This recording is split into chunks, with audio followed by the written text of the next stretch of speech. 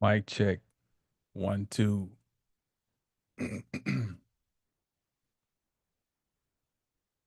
Mic check. 1, 2, 1, 2.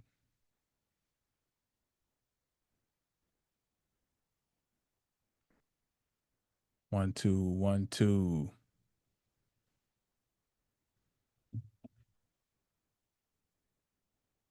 Greetings, peace, shalom to the world,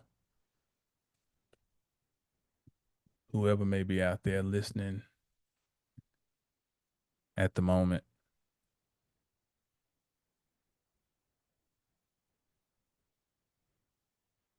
Hopefully, my sound is coming through. I think it is, but let's see. My mic, yeah, it's moving. Hopefully, it is actually going out though. Peace, I am she.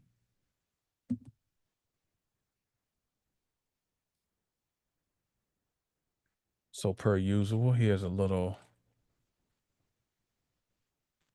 impromptu conversation that we're having here on this Thursday evening. And the title is How to Pray in the Age of Aquarius. How to Pray in the Age of Aquarius. I'm trying to give a moment here to see if some more people will come in before we get going so people don't miss out on the build, but I don't stay up on my analytics. I don't know if this is a good time, but we have to go with the time that we got availability. So I'm not going to wait around too much longer. We'll just start going for those who are here, and it'll be recorded so people can catch the replay. I know everybody's busy. So, again, how to pray in the age of Aquarius. Now, this title may drum up all types of thoughts in your mind, depending on where you are in your journey. You may be wondering, what is he doing talking about prayer? We're supposed to be beyond that. Or some people may say, okay, finally, he's talking about prayer. He's acknowledging prayer. I don't know. You may be in one of those groups, maybe or may not, maybe or maybe not. But what I want to do is approach this term from a deeper perspective and not from the surface as I think it is unfortunately approached. So I start with this. I've been on this thing that we call a path. I'm not going to say the path because it makes it sound like there's only one. I'm going to say a path, which is that A is particular to me. It is the path for me, but it is a path when you're talking about the grand scheme of things. So this path, I've been on it all my life. But I would say it really initiated in 1983. And that's when my paternal grandmother made her transition. And that was the first time I encountered human death of somebody close to me, and the first time I contemplated time. What is time? And that was the beginning. Now, these things move in waves. It's not like I was out here in some priesthood by the time I was 12. And you know how people tell these fantastic stories on the internet. It didn't happen like that. It was just, as I look back, I know that that was an indication that my soul was maybe older than a lot of the people I was around based on the things I was pondering. And I could not talk to them about it because, especially my peers, because they just were not, they just weren't there. But either way, throughout this journey, which some of this journey involved going to church off and on, it involved me being introduced to the lifestyle of Islam as well, because I had an uncle that I looked up to who was a Sunni Muslim, and my parents allowed me to, when he would come in town, when him and my cousins and my aunt would come in town from Atlanta, when he would go to wash up, wadu, he took me and showed me how you do it. When he would pray the salat, he showed me how he did it, and they didn't have a problem with that. So I was introduced to these different aspects of just how people pursue truth, how they pursue their idea of what divinity is, what God is, what the path to God or source or divinity. And so those were all mixed up into this life experience. When I got to 2010 and life started changing, um, around just my public identity, my sense of achievement, success, money, relationship, i.e., marriage, all those things were collapsing. And it was not because someone was doing something, it was um, at my hands. I was the author of the demolition. And what I didn't know, that when I started the demolition, I didn't know how much was being torn down. Like this was going to be humongous, this process. And it was traumatic. It was traumatic. The last 14 years have been difficult, but they were especially difficult from 2010 up to 20, like, I don't know, 2022. And during that phase, though, what happens, what pressure does is pressure forces some type of action. What do we learn in astrology? Squares. Squares force action because squares provide the energy to act. And the pressures of life, on the flip side of the pain they create, on the flip side, they create energy because they give us the impetus we feel that is necessary to take some type of action, to make some type of change. Even if the action is to not take action, not taking action is an action because it's a decision. It is, um, it is some type of consciousness or awareness of a change in time. So even if you consciously decide to not take action, that is an awareness of a change in time because you are aware that something's happening that naturally would push you to make a change. Either way, squares. And in 2010 was when um, Saturn moved into Libra. And the moment Saturn moved into Libra, it was in a square to Pluto and Capricorn, and it was opposing Uranus and Jupiter in Aries, T square.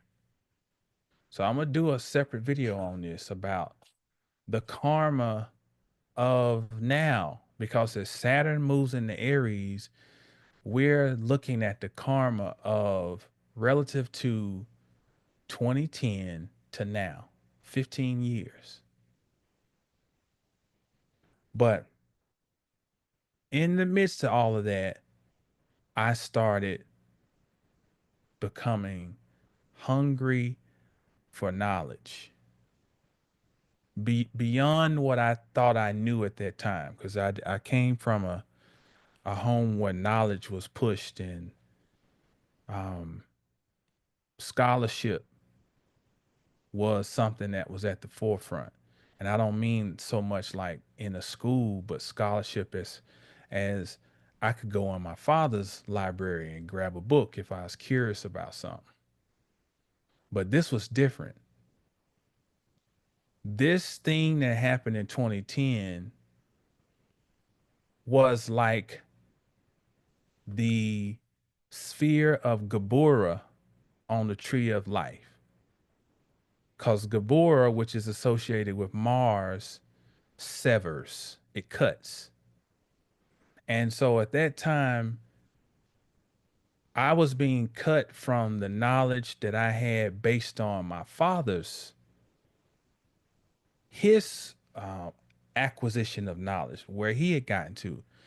And what is happening is I now was moving into a space where I was going to build my own path. And that's when the library started.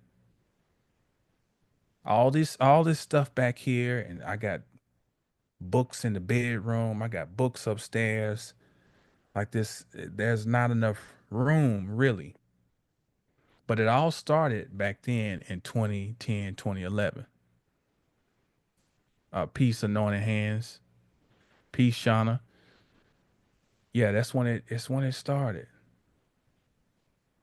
And so this journey would take me through all these twists and turns. I would find all these teachers and I would voraciously read through books. And it started with Afrocentric books, and then it went to um, metaphysical stuff. Then it went into the etymology. Then it went into the more occult world. And by the time around 2017 gets here, 2018, I find myself at a point where I don't see any value in praying. I have gotten to a point where I didn't really feel like there was anything like a some singularity or some source. I had gotten that far down the road or into that realm. And I remember when I started this in 2012, I went home to visit my father because he had had a stroke. But my daddy was like a Sherman tank. He had a stroke, but he still was there. He was still sharp. And I remember we were sitting in his office, or people call it the study now at your home. We always call it the office. And he handed me a book by Blavatsky. It's a well-known book. Her two-volume set, Secret Doctrine, and then the other one, Isis Unveiled. Well, he only had volume 2 of Isis Unveiled, and I remember him giving me the book and him saying, "Look, son, peace, brother Williams. Long time, good brother. Hope all is well." Um, I remember him saying, "Look, you got to be careful with this stuff, son, because it can turn you into an atheist." And I remember him saying that. And I remember thinking, "Oh, my daddy don't know nothing. He don't understand how advanced I am." See the arrogance of how we are when we think we have knowledge. And there's a big difference between knowledge and wisdom. The man was giving me wisdom But in my mind, thinking, oh, come on, daddy. I'm into the heavy stuff. You ain't even got into. I'm thinking, okay, whatever. But because he's telling me he had gone, you got to think, born in 1937 in a small town in the southeast, to be a black man with a library, first of all, was unheard of. And then to be reading things that were considered to be the world of occult and and or metaphysical, that was even wilder. So he had no guide back then. You didn't have no YouTube, you didn't have no internet, you didn't have blog talk radio. This was just him just exploring. So when you read some of the books, and still got the book, and you see where he's taking notes, and you can see where his notes are still tying back to the biblical roots, but um, the stuff was so far out that you can tell at a certain point it was pushing his mind, and at a certain point he stopped. And I can't judge him because, like I said, by this time, this is the 70s and 80s. My mama wasn't into that stuff. He didn't really have no peers around him that was really into that. And you run the risk of frying your mainframe. This stuff can make you lose your mind. So he got to a point and he got off the throttle. And because it was destined for me, my father's north node and his and at the time of his birth, the north node, the degree of the north node and the sign is 1 degree from my rising sign. So I'm was destined to carry out and finish some type of work that he had initiated. I didn't know it. I didn't know it at that time. But once I got started studying astrology, then, and that, what I just shared, I didn't even come to that realization until a few weeks ago. When I just sat and really just let me look at in my ephemeris. I don't have a chart for him, but let me just see where was everything. It's like, whoa, his north node is conjunct my ascendant. And I used to get on him about, man, you need to write this book. No, no, no, no. It's like you write the book. And he shut me right up. Like, you stop preaching to me and riding my back about what I need to do. He said, I've lived my life. It's been a good life. It's a wrap, Johnny. You got all this fire in you. It was almost like saying, motherfucker, you gonna do it. Stop talking to me. I done mine. What you gonna do? I couldn't say nothing. Then when I get back and start really getting deep into this astrology, it's like, okay. In his soul, he was telling me, you pick up the baton and you run with it. And so all this is kind of converging back then, 2011, 2012. And I'm bringing all this to say that by 2018, my father had passed. He passed in 2014. So by 2018, I am knee deep into the world of the occult. I've been I'm 7 years, 8 years into Bobby Hemmett information and Delbert Blair and Phil Valentine, all these C. Freeman L. And it's got all these different voices and I'm trying to figure out what's the absolute truth. And at this point, I ain't doing no praying, you know, because the people I've been listening to say you give up all your energy to some mystery god, or you giving up your energy to the demiurge and all this stuff when you pray. And that was where I was at that time. But the value of continuing to live and continuing to do your own study and your exploration and experimentation and living out this path that you're on is that you eventually start finding your own truth. You start finding your own voice, and it's organic. I used to try to, I wanted to be like Bobby Hemmett. I wanted to emulate him. And, and at that time, that was the phase I was in. Cause he was such a, he was like Jesus to me. Like, and, you know, but as time went along, I started even questioning some of the things that he used to say. Like a lot of people put these clips up of him, they don't know you got to have the whole body of work. They put up stuff from 97. You got different versions of him. You got 92, 93.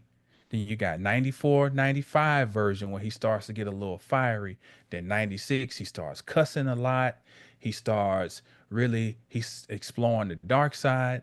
And by the time he gets 97 to 2000, his woman done left him.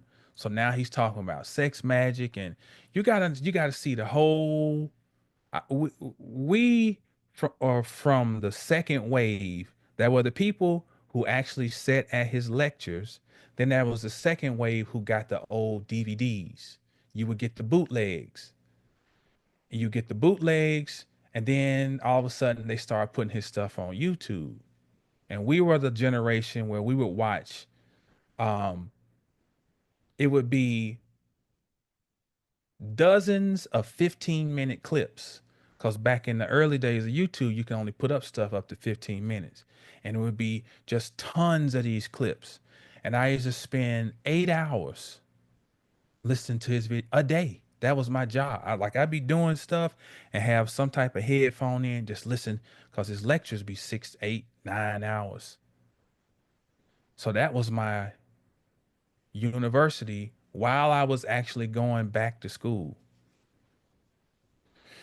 So giving you all of this background to lead up to this discussion, here I sit in 2025, 48 years old, and I'm going to have a discussion about revisiting the word, the concept of prayer.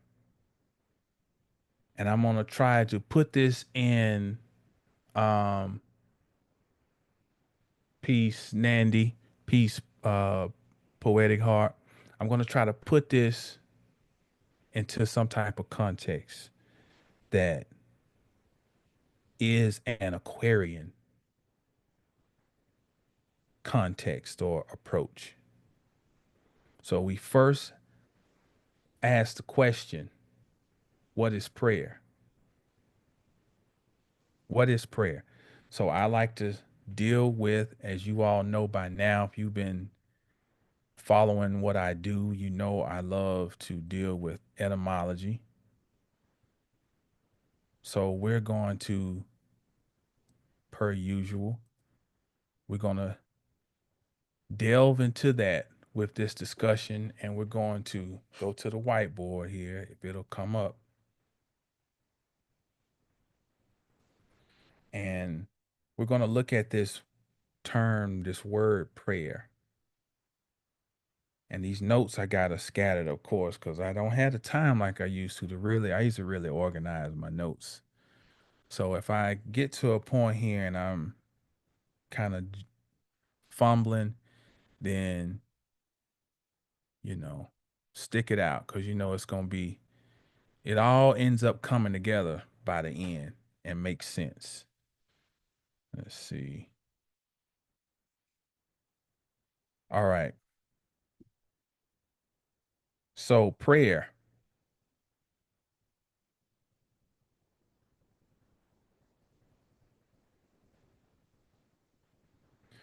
Now, when you go back through its origin, that word prayer really means to entreat.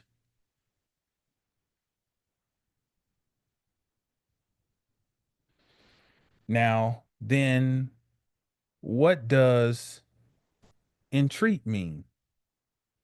Because if that's what we're using to give a deeper definition of prayer, then we need to know what it means. Well, the word entreat, I don't even see it in my notes, but I remember. I know I got it somewhere. The word entreat means to draw. And when I say draw, I don't mean like sketching. I mean to draw as in to pull, and it is to carry. So there's something here about transportation with the word prayer. Now, if we stop right here, if we don't have another word shared in this broadcast, that's enough right there. Just looking at the etymological breakdown of the word prayer, it means to entreat, and the word entreat means to draw, to pull, to carry. Now that sounds like some type of transportation. You know, if you think about the old so-called Wild West that they tell us about, horse and buggy. They were drawn by a horse and buggy, drawn, pulled, carried, cargo, carried, transported. If we don't go any step further, right here is an Aquarian approach to a term that we've been using and misusing. What we possibly have needed to do is bring an end to the Piscean approach to prayer, which is Pisces is belief. It is based on um, some type of system that gives us the rules that we go by. And we trust that the system is correct. We trust the illusion, Pisces, that the system gives us to believe in. We trust the imagination. We trust the anthropomorphization. All these things are the same as Hollywood. They're stories. We trust the stories to be exactly what they are presented to be. We perceive um it's like thinking that the WWF is real. And if we are connecting prayer to that type of mentality, then yeah, that's why it would make sense to say, yeah, that's problematic. But what we're doing here is we're looking at that same term from an Aquarian perspective. Pisces, we always use that word, the age of Pisces. And when we say Pisces in this regard, we're not talking about the movement of the sun through the ecliptic. We're talking about the the circumpolar hub where that wobble of the North Pole wobbles into a new sign in the ecliptic every 2,160 years. And that wobble has moved from Pisces, which it moves backwards, just like the nodal axis. It wobbles backwards.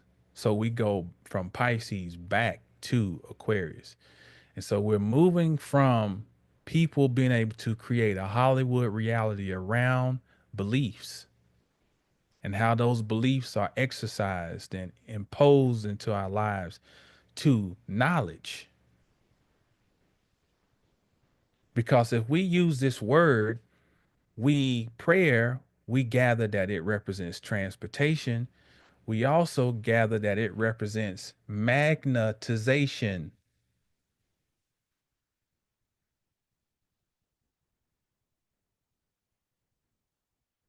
So whenever we talk about magnetization from a planetary standpoint, it naturally brings up the axis of relationship. Magnets use iron. Iron is associated with Mars. And Venus is naturally copper. Let me draw it over here. It's copper. And copper is, it conducts electricity. So here we have the whole idea of relationship. That's why a relationship goes beyond just a man and a woman. It is the relationship of the soul with the source or the grand spark that it comes from. Everything is about relationship. That's the secret of the Kabbalion. The seven axioms are talking about 7 degrees of relationship. Any type of relationship gives us the idea or the illusion of polarity.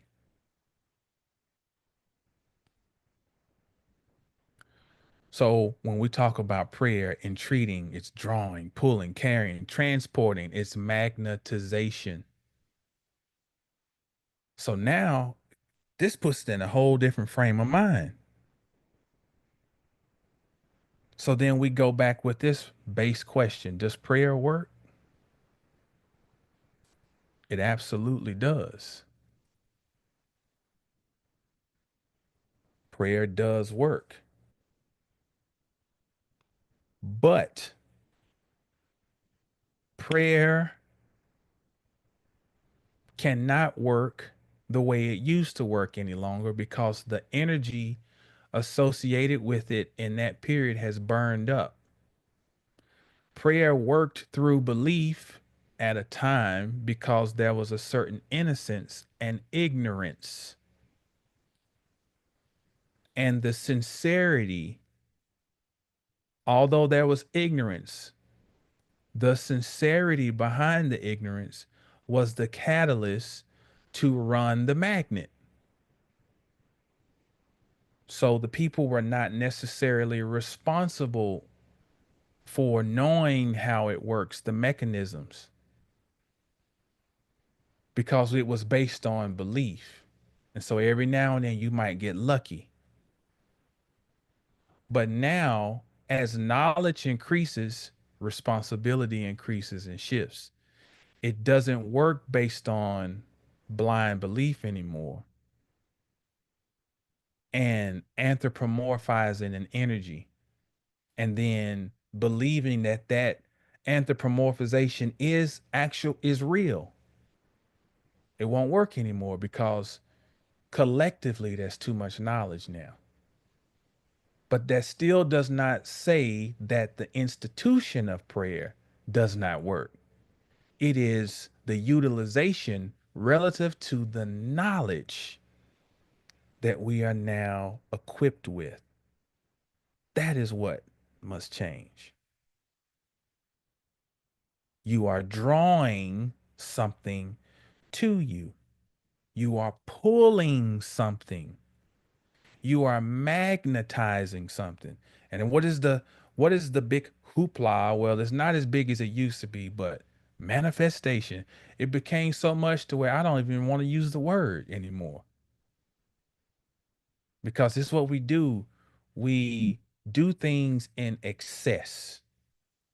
It becomes popular and so many people talk about it. It ruins the energy because then it makes it to a point where nobody takes it seriously. Because now everybody's a manifestation master. And what happens is many ain't really manifesting anything that they really say they are desiring because it's become a fad. And the manifestation is directly correlated to the quality of your magnet. That's what it's based on. It's magnetization. So you're magnetizing what you are. And that directly ties into prayer. Prayer and manifestation are the same thing. They're the same thing. So, um, thank you, Mr. T. Peace, Black Butterfly. Peace, uh, Pink Petal. Let's see if I. It's okay. So, question then is, with all this opening set up, Jamal, how does prayer work then? How does it work? So this is what I want to give you now to give. We're going to get into, I guess, the actual meat of the discussion now. Everything up to now has been foundation. Now let's get into the actual. How does prayer work?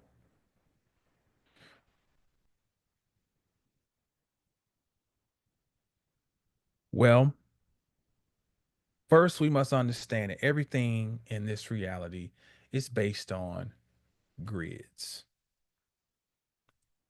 That's the secret to this realm. Everything is governed, reflective of a reverberation from grids. First thing when the current POTUS got in office, what was brought up? Grids. And now that was a metaphysical statement because the statement was that I'm declaring a state of emergency dealing with the grid system. Now, and we're still not out the blue. I mean, we're still not out, we're still not in the blue, or however you say it. We're not out of the um, potential for disaster, put it that way. With, we know Uranus is preparing to hit that 29th degree of Taurus. But beyond that, though, that was a that was an occulted statement. The grid, because the grid is not just the power grid. Everything, all movement of energy in this realm, everything here works on grids, on matrices. That's what the matrix is, a grid. So I want to just point out some mundane stuff um around grids. Mundane and profane to profound. Examples of grids. Astrology depends on grids. What we're calculating, these different points, the ascendant, the zenith, the nadir, the MC, the IC, uh, the vertex, anti-vertex, east point, all these things in astrology is based on grids. Now, these grids are created through circles, and these circles, when they overlap each other, that's what forms the grid pattern. Because here's another jewel for you. Everything manifests off of circles. Everything, the circle is the most, if we have to have a pecking order for shapes, the circle trumps them all. Because on a circle, everything exists at one time. So you take several different circles, or that are, each circle is an infinite holds infinite possibilities of expression.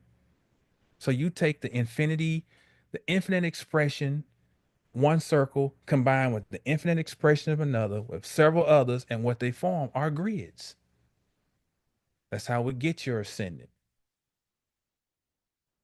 Your ascendant is when there's a huge circle, an imaginary circle based on where you're born, and that circle goes all the way east, all the way west, all the way north, all the way south, and then that intersects with the ecliptic, which is another circle. Their intersection creates their own little minor grid structure within grid structures, and that gives you your ascendant. Everything here is based on grids. Air traffic control, grids. Highway system, grids. Like we said earlier, power grids. You had Buckminster Fuller who created the geodomes, and he coined the term tensegrity. And tensegrity was based on the study of spider webs and how by crossing all these different, the materials are crossing, they are relying on each other to keep, everybody's relying on the other to maintain stability. And that's what it means by tensegrity. And that is based on another grid, which is the spider web. In the blood, we have a grid system. And I know this is repeat for a lot of people. We have a grid system called the cytoskeleton. Wrapped around all the tissue and organs in our body, we have a grid, this filmy like substance, which you can see it when you get chicken, that little film that's on the chicken, that's called the fascia. And from fascia, where we get the word fasten, because fascia fastens or holds everything together. It's a grid. Now, this is a sidebar. The Bible even mentions this, and this is gonna, I'll expound on this in another conversation, but I'll just read a little bit now. Just to give you an idea. In First Kings 7 and 17, this is Solomon's, describing Solomon's temple being built by Hiram. Um, 7 and 17. And nets of checker work and reefs of chain work for the chapiters which were upon the top of the pillars, 7 for the one chapiter and 7 for the other chapiter. So there's constant mention of networks, networks. Verse 20, and the chapiters upon the two pillars had pomegranates also above, over against the belly, which was by the network. And the pomegranates were 200 in rows round upon, about upon the other chapiter. Now here's the thing. This is Jamal's deduction here, and I'm taking liberty. In the doctrine of signatures, it's a philosophical approach to agriculture and the link to the homeostasis of the physical vessel, physical vessel, and the mental and spiritual. That, in other words, certain fruits or vegetables will grow in the manner of the organ or tissue it will support. It will physiologically have the attributes of the area that it supports. So if you look at the pomegranate, the color of the pomegranate, and you look inside where the fruit is all the each seed is actually the fruit, it mimics blood cells. So it just so happens that pomegranate has um it helps invigorate the blood. It's almost like it's similar to like beets, which just so happens to have the same color. Hint, hint. So I believe that this, what Solomon's temple, which arguably is a human body, that the networks, you find networks oftentimes in the scripture, and somewhere around will be pomegranate. It's talking about the blood. The temple was built around the blood. And the blood, the network, cytoskeleton in the blood. Grids, all grids. There's a huge grid that encases us called the ionosphere. And it literally sends signals back to us that we send to it. It's a grid. So if this thing about tensegrity then makes me think of this. So here's like the geodesic dome, and they would be like this. You know, you'd have the dome but keep coming down,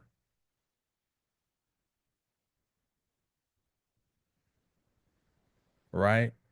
So this hatching here um is creating the tension, right?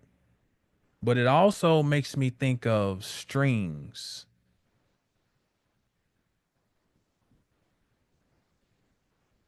of an instrument, because when you pluck the string, it sends a vibration, and that vibration, depend on where on the string is plucked and which string is plucked, creates tonation. Now, we are living inside of a cosmos, and cosmos means beauty, order. And I think it was Plato or Socrates, I can't remember. I got the book where it's the music of the spheres, where basically the premise is that the planets are instruments and that they give off tonation. And when the angles that they form are different keys or chords that are being struck.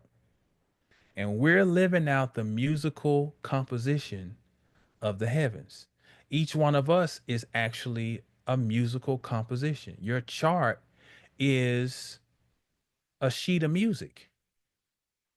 That's the when you study your chart, you're studying a sheet of music,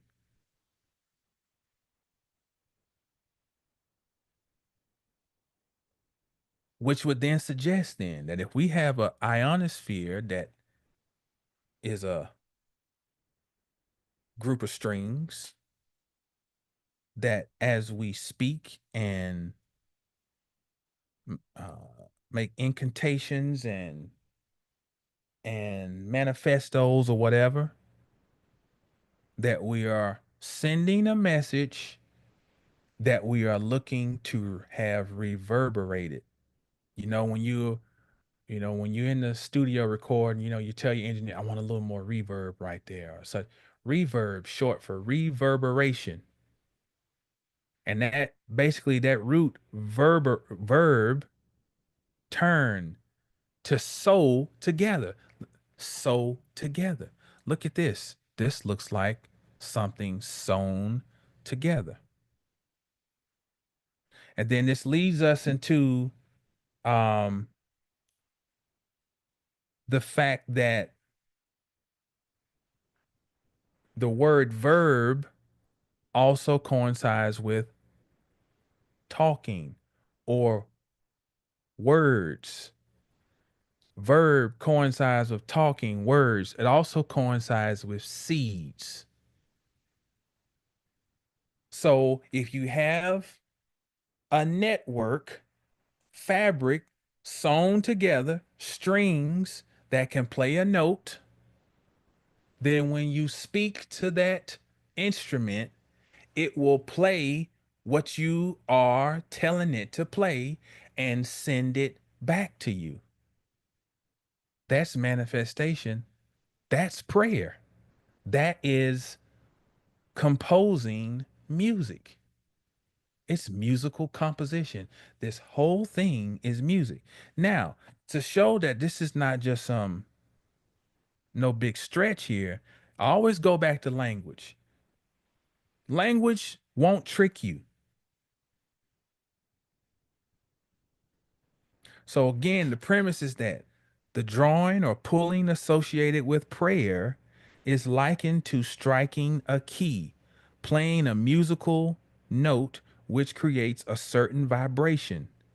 This is drawn to, listen to this, when you strike the key, that note will be drawn to the resonant frequency. So if you keep praying and say, God, I need money. God, I need money. God, I need money. That's not falling on deaf ears. It is striking the instrument and it is coming back, but it is only going to align with a resonant frequency. It takes very little energy to drive a resonant circuit. So if the frequency matches up, then it naturally meets up with the producer. If the words with your frequency do not match up with the state that you are in, then it seems as though my prayers ain't being heard. They are, but we have to make sure we match up with the frequency of the desire, so to speak. That was a sidebar. But what I was going to show though is that in Hebrew, one of the words for music, it is music, song, poem, hymn, mantra. The singing of a song is sha'ar. Sha'ar. Nope, I wrote that wrong. Excuse me. That's supposed to be a yud. Okay, so this word sha'ar has a gematria of 510. And remember again, that's music. Okay. And then the root word for prayer is tefil. Tefil is a ta, a fe, and a lamet. Those three add up also to 510. Now, what's significant about this word tafel, it means, let's go give you the negative. It means folly. It means, I mean, it's got some very negative kind of, slime. It also means uh unseasoned, so tasteless. Okay. This same root that I'm giving you, tefel or tafel, also means prayer.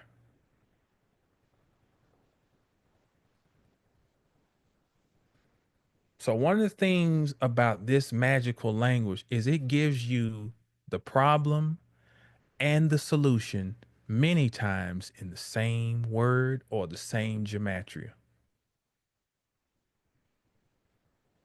Now, so there's a correlation here between to be misaligned, to be in a state of foolishness, to be unseasoned, to slime, to be slime is to not have substance, to not have continuity,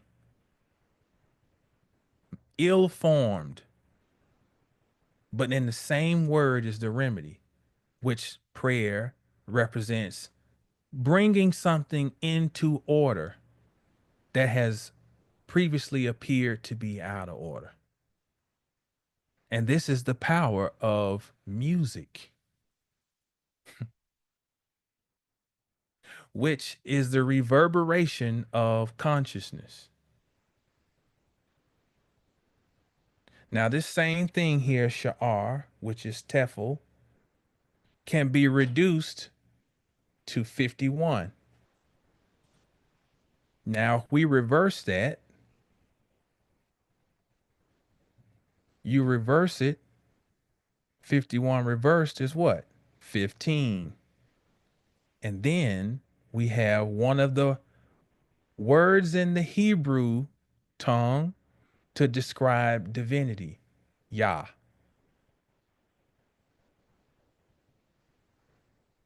That has a value of 15. Yah. So, but the opposite is, in one regard, could be what we would, if we want to go there, we could say the devil, cause folly. But also the opposite is music. The opposite is also order. So this same thing reverse. So when you see the numbers reversed, that means they have a relationship. The higher can be this is an outpouring, or vice versa. The music is God, God is music. Prayer is divinity, divinity is prayer. So when we were coming along, they were saying you praying, you giving up your energy. No, no, no, not if you know this shit right here. This is taking it. This is Aquarian, what we're looking at. This is looking at an equation. This is accessing power. Because once you know, and then you go into however you want to structure your idea of entreating, it's way different from approaching it thinking that, oh man, I'm I ain't got no way. All my power's gone. Please help me, help me. It's different. You are now speaking to an equation. And just like these things reverse, the same where we got Yah, if you reverse it and put the Hey first and the Yud next, now we have Woe, lamentation.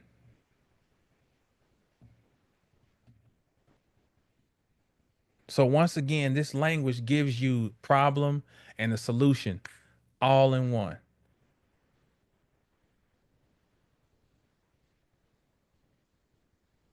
And again, what I'm doing is I took the 510 that represented prayer and music, reduced it to 51. Then we show its reflection 15, and we see, you see what I'm saying? These are equations. They are equations. Let me see. Now, when you take, I want to do this.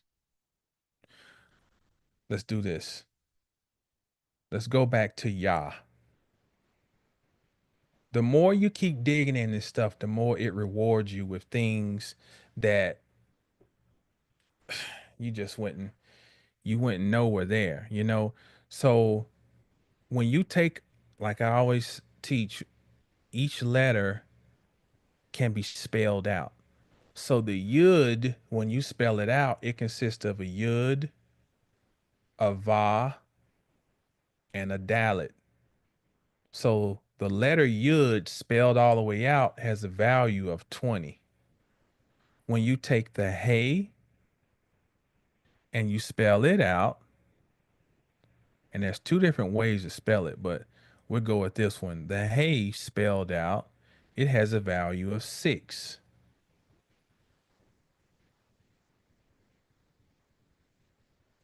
Now look at this. This is um the yud spelled out.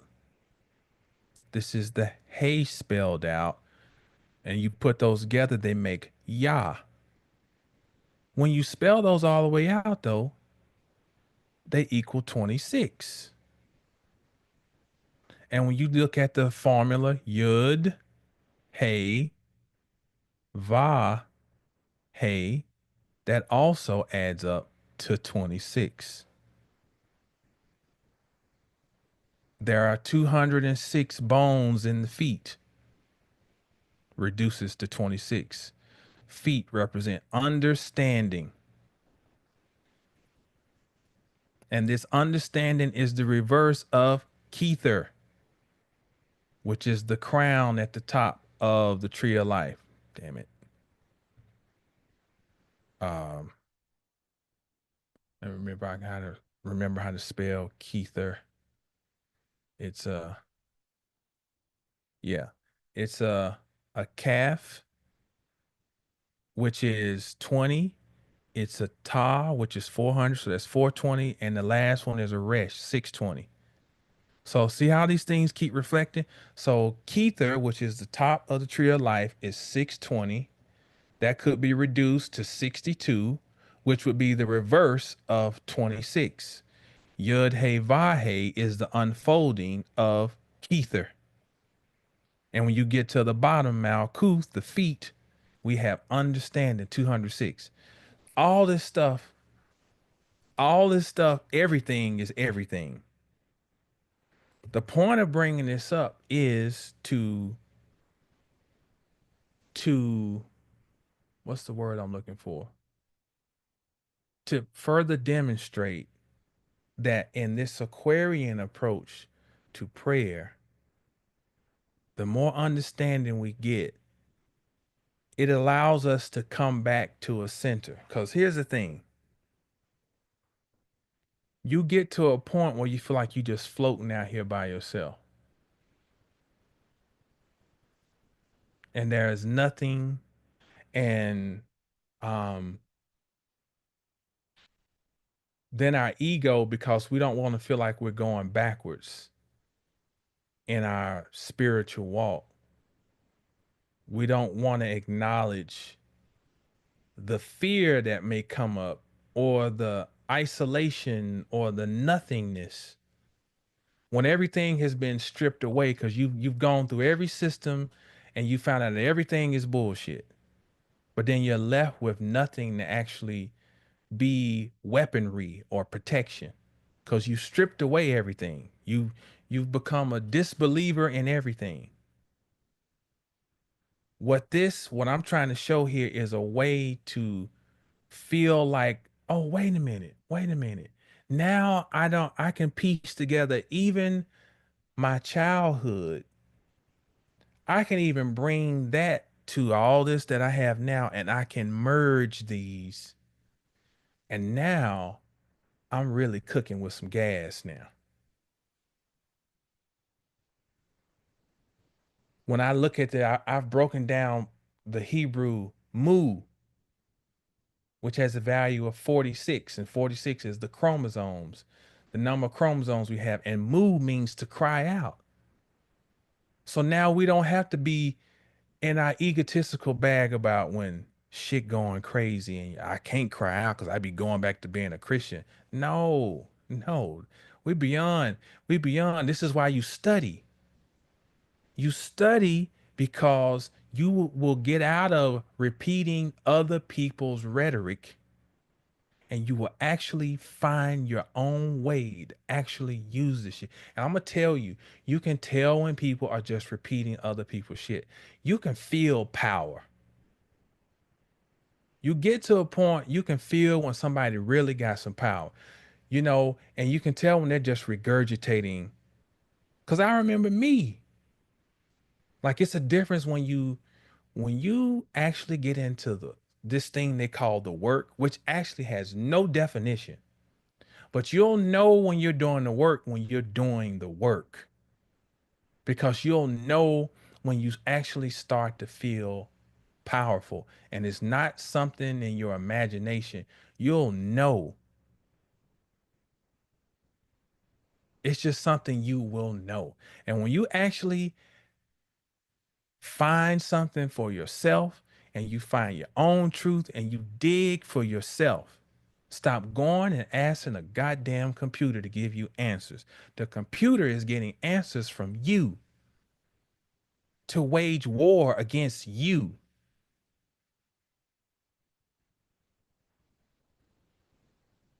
You need to dig, experiment, dig, and find your own. And trust me, hear me out.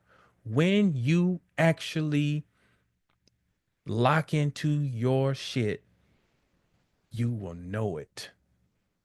You will know it. You will know it. You will know it. There's a difference. And that's what I'm trying to convey here. We don't have to keep repeating other people's rhetoric and this and that. I want to know, do you really have some goddamn power? All that shit you talking, do you really have some fucking power? That's what it all come down to.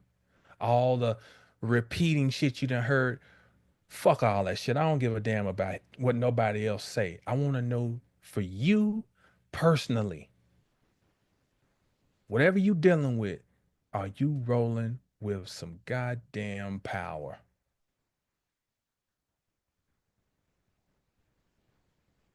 You understand? And so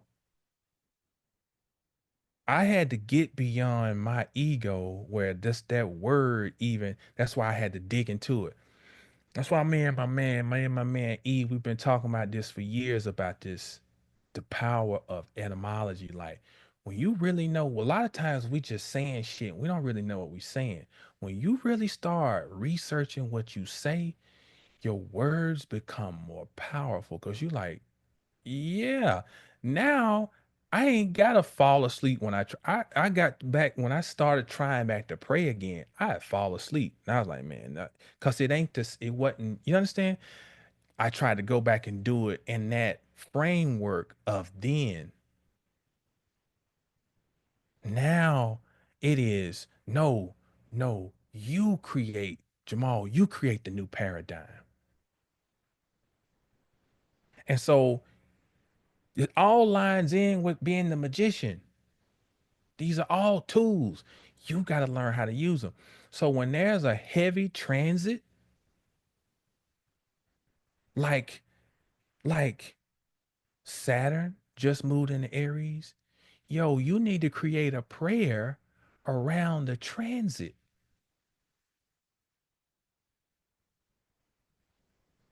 Give me the ability to master myself. God in me, show up. Show up.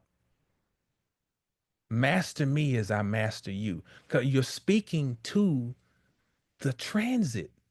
See what I'm saying? We're not just doing some Holy Ghost prayer like, Lord, in the midnight hour. It ain't none of that bullshit. It's like this shit is immediate. You know you catching hell right now. You don't want to tell nobody. You catching hell. Speak to the transit because these planets that form the transit are creating some type of music. Harmonize with the music, the chord that they are striking. Speak to it. You want Saturn's attention? You already feel Saturn starting to kick your ass. Speak to it. Give me mastery. I desire to be a master. Master me and I master you. Give me tenacity. Give me endurance. And then you can repeat it. I endure. Then you that sets it within you. Now you are making the affirmation. I endure. And the word endure, we associate it with a lot of times with pain, and endure means truth. It means that over time, I have to deal with things over time because there is a truth, and truth it goes beyond the test of time. The truth is the truth. So as you learn astrology, you learn the attributes of the planet, especially one that's debilitated right now. or if that planet is making hard aspects in your chart, speak to the aspect, speak to the planet or planets. So Saturn is conjunct Neptune, and Neptune can have us being delusional about who we are. And Saturn can make us want to rebel against anything. I mean, I see it. So if I could tell people really what I see it. So don't make a fool out of yourself because you're being delusional and fighting against anything that feels like it's oppressive. When sometimes you need to be held in check because you have not shown the ability yet to hold yourself in check. Saturn makes us feel confined, imprisoned. So either you can, so like they used to say when people go to prison, do the time, don't let the time do you. Man, that's some real shit. When it comes to Saturn and Aries, do the time, don't let the time do you. Don't waste all your energy trying to fight against a ghost. Instead, ask yourself, where do I have opportunities for mastery, God damn it? And where am I being delusional? Help me to see through the fog and master myself so that I can truly be magical. That's the other side of Neptune, is it's magical. But you can't be magical if you ain't master shit. If you can't master you, master your energy, you can't be no magician. You'll just be a fall guy.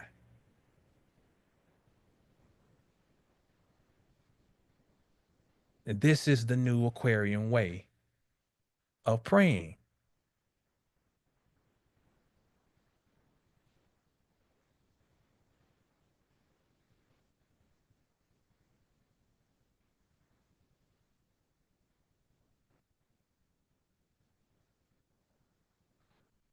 He says, so there's expansion within the authority of Saturn. Absolutely right. Absolutely, absolutely right. If you don't burn up your energy trying to fight, when a lot of times what happens with the outer planets is it takes us a while to understand how to listen. Outer planets come in to subdue the ego, especially with Saturn and Aries. There's no more direct representation of that archetypal interaction with subduing the ego. Saturn. That's why we feel we want to rebel.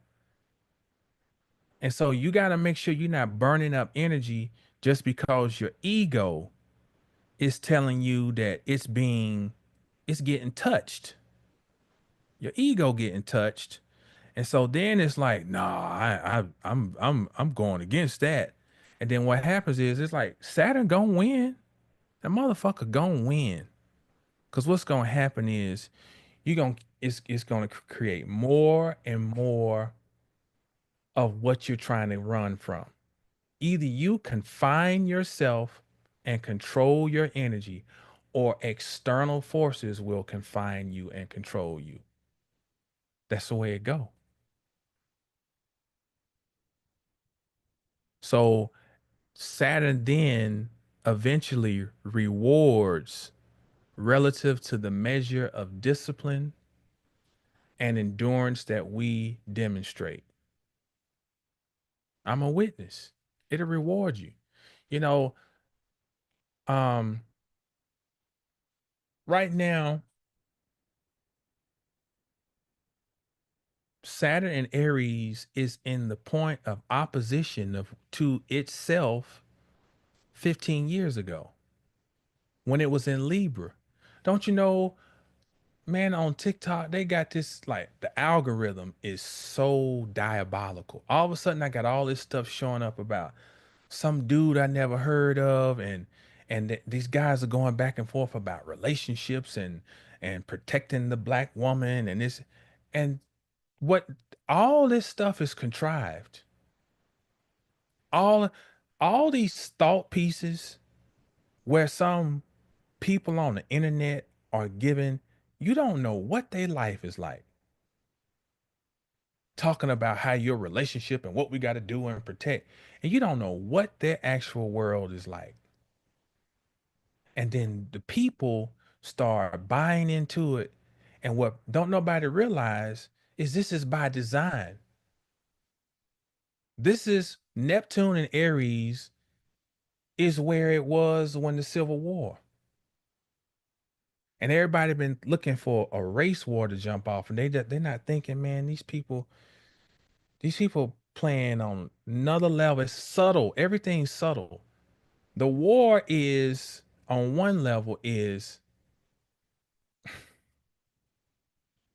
it is it is us taking on external narratives and creating wars to justify why things ain't going right in our life. And Saturn's in Aries opposing where it was in Libra, the sign of relationship 15 years ago. All this collective discussion about goddamn relationships is some bullshit. We don't hold hands when we have sex. So what's this? You understand? When you have sex with your mate, ain't it private? So why the fuck are motherfuckers on here having these collective discussions, these generalizations, which always lead you into a quagmire of endless arguments and confusion? And most of the people who lead this stuff either don't even like the opposite sex, got a dysfunctional track record of relationships, don't know the first thing about raising no children, how to create no harmony, go to their house, shit all in the disarray. They got the camera all tight on them. All you see is that motherfucker's wall behind you. You don't know what kind of chaos going on, but if they got enough followers, that's right. And then there, although you got the other group who are bashing women, which is like it's idiotic, and people get behind this, not knowing, yo, this is the play.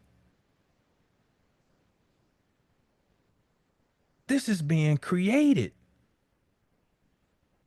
because we missing the order of the day. Saturn and Aries said, get your fucking ass in order. All this collective discussion, man, I swear, sometimes I just want to go somewhere and just be away from the rest of, because nobody listens. You can tell, you can even I have discussions, nobody listens. And it feels our world is driven by popularity, somebody's fucking platform. If it's big enough, that motherfucker can come and say, I shit on baby feet. And we be like, that's right. That's what we need to do. Shit on baby feet. Not thinking, not thinking. So this is an example of we need to be send the SOS message out to draw back the energy of I want to master myself. Everything else does not matter. I must master myself. If I master myself, I master my environment, I master my goddamn world, I master my reality. That's the order of the day. All that other shit is warfare. It goes against the protocol of the cosmos at the moment. And the clowns go marching right on into it, and it's amazing. It's amazing. Okay, are coming. It's amazing. I'm coming. So I got to go and do my job. My little ones, they need to eat. Oh, they be coming here like damn, like they be coming in like the red dogs in Atlanta. Um, so I got to go. They said they gave me that look. They rubbed their stomach and said, "Look, You wrap this shit up or some shit gonna go down around here. Um, talk to you in the presence of all my other selves. Um, um, but yeah, I see y'all in here going. Nicole said, "I'm in Aries and me and Saturn having it out." I know it's the real deal, you know. But y'all, I gotta wrap it up. I appreciate y'all, drop of the dime or whatever they call it, coming in last minute for the live. Appreciate your energy, your attentiveness, and hope you will let this sit and simmer and protect your mind. I'm telling you, protect your mind. The order of the day is self mastery. Everything, you change your world. You master yourself. You focus on mastering yourself. You change like a lot. And I don't want to fire back up, but I got to say this. A lot of times we talking about stuff that we really don't believe in. We really don't. Just regurgitating stuff. Magic is based on the degree of which you have become in tune with your own self. That's what it's based on, not no gimmicks. And you got to live it. If you don't master you, somebody else will be your master. Know that. There are people lined up looking for food to eat. And when you don't master yourself, you become somebody else's food or entity's food. And on that word, know the stars to know yourself. Stay down till you get up. When you get up, stay down. Private readings, coaching. Listen, invest in you, invest in yourself. It's Saturn and Aries. Invest in yourself. And invest if you're ready for the truth, no matter how it may. And I try my best to not be harsh, but we're in a time right now we just don't have a lot of time to sugarcoat shit. You got pressure on your back. You don't really have time for a motherfucker singing Mr. Rogers. We got to get on down to it, and you might be in a position where you got to make some moves, and you got to be ready to hear some things just straight up, get to the point. And if you're looking for that, and you want to really make some advances and continue your evolutionary process, holla at me. 720 Astrology.